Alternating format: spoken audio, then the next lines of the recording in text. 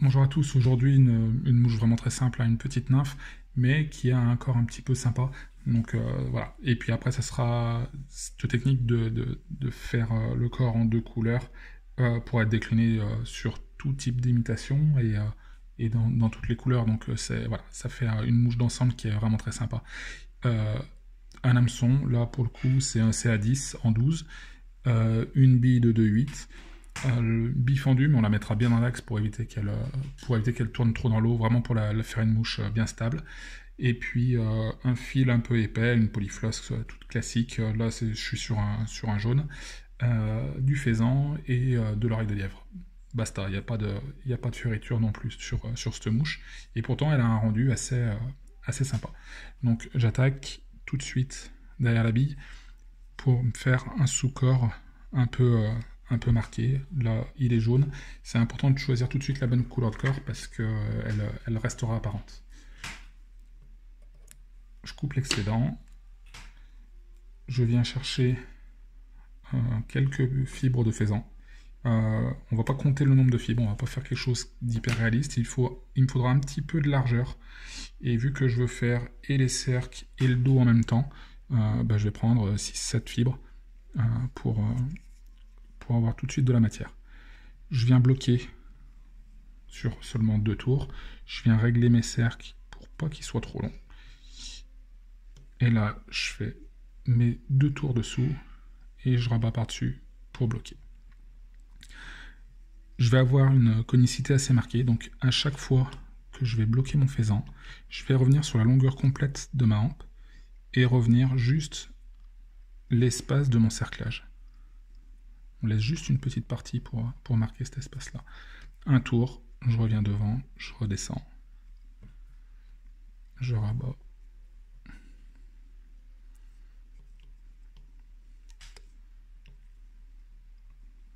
Et une dernière fois. Voilà. Donc on a un corps qui n'est pas un corps tissé, mais on a cette apparence qui est quelque part assez naturelle et qui rend plutôt pas mal. Là, je viens bloquer par un whip finish mon fil de montage. Parce qu'ici, si je veux faire, et comme je veux faire un dubbing, ça risque de faire quelque chose de vraiment trop épais si je m'en tiens à ça. Donc là, je récupère un fil de montage beaucoup plus fin. Là, je passe directement sur un 14-0 jaune pour rester un petit peu dans le ton de mon corps, mais c'est pas très important. Là, elle apparaîtra quasiment pas. Donc là, je pars sur un 14-0 jaune que je viens fixer derrière la bille.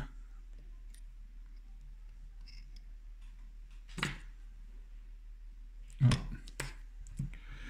Je reviens légèrement sur mon faisan pour bien le positionner, qu'il n'y ait pas de fibres qui se croisent ou se superposent. Et puis avoir un thorax un petit peu marqué quand même, qui ne soit pas trop fin. Là, je viens charger en dubbing. Mon dubbing, je vais le serrer à mon montage et en bas, et je laisse la partie centrale assez large. Ça me permettra après de les bourrifer facilement. Et là, je rabats mon sac à l'air par-dessus par-dessus mon dubbing. Je peux couper à ras. Je viens mettre un petit peu de super glue sur mon fil.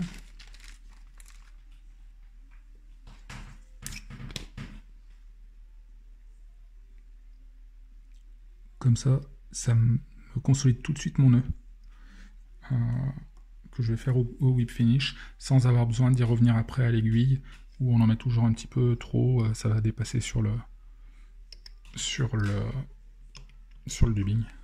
Je le serre bien pour que ça rentre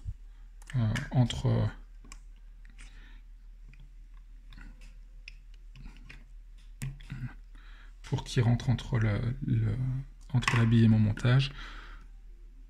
Je supprime l'excédent. Et là, je l'ébouriffe un petit peu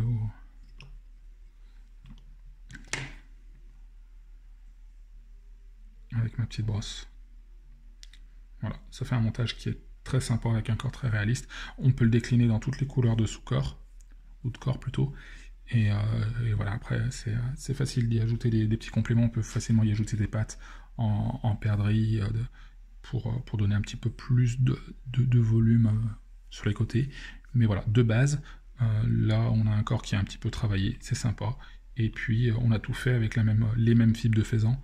On n'est pas allé chercher trop loin, trop compliqué à rajouter des matériaux au fur et à mesure. Merci beaucoup et à bientôt, bon montage.